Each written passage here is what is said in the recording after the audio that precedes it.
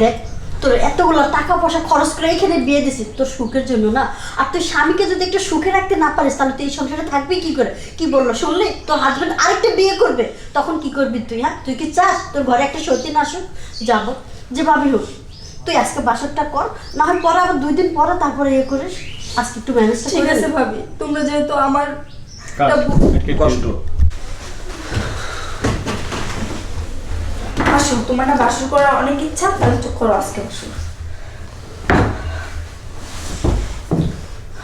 শোনো, একটা কথা বলি, তোমার কি এমন সমস্যা যে তুমি আমার সাথে বাসর করতে চাও না? ভাবি, আজকেও বাসর হলো না? দেখো ভাবি, আমার কিন্তু ধৈর্যের বাঁধ ভেঙে যাচ্ছে, আর সহ্য হচ্ছে না। 15 দিন ধরে বিয়ে করছি, এখনো কিন্তু বাসর হলো না। তুমি কি চাও আমি একটা কিছু করি?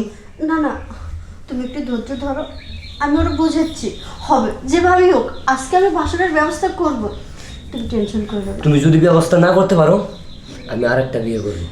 না না, আরেকটা বিয়ে করতে হবে না, যেভাবেই হোক আমি বুঝাচ্ছি, তুমি ভিতরে যাও, আমি বুঝাচ্ছি। এই মোটামুটি তুই কি এসব কি শুরু করে দিছিস? হ্যাঁ, তুই কি চাস? হ্যাঁ, আমার ভিতরে যাবে। হ্যাঁ না, ভিতরে যাবে না, তুমি দাঁড়িয়ে থাক।